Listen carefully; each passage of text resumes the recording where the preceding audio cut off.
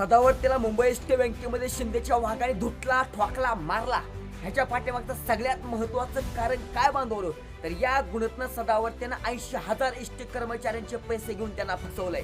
सगळ्यात महत्वाचं कारण म्हणजे या गुन्ह्यातनं सदावर्तीनं मुंबई एसटी बँकेत त्या ठिकाणी भ्रष्टाचार केलेला आहे आणि हा त्याचा भ्रष्टाचार हे शिंदे गटाचे वाघ ज्या वेळेस उघडा पाडणार होते, हे शिंदे गटाचे वाघ ज्या वेळेस सदावर्तेचा मुंबई एसटी बँकेतला भ्रष्टाचार बाहेर काढणार होते, त्याला जाब विचारणार होते, हे सदावर्तेला माहिती होतं आणि म्हणून यांनी जाब विचारू नये म्हणून सदावर्तेनं यवतमाळच्या 9 महिलांना एसटी बँकेत घेऊन आला होता आणि या 9 महिलांना या वाघांच्या अंगावर घालायचं आणि यांच्यावर केसेस करायचं असा प्लॅन सदावर्तेचा होता आणि म्हणून या सदावर्तेचा प्लॅन या वाघाने हाणून पाडला आणि सदावर्तेला ठोकला, धुतला, मारला.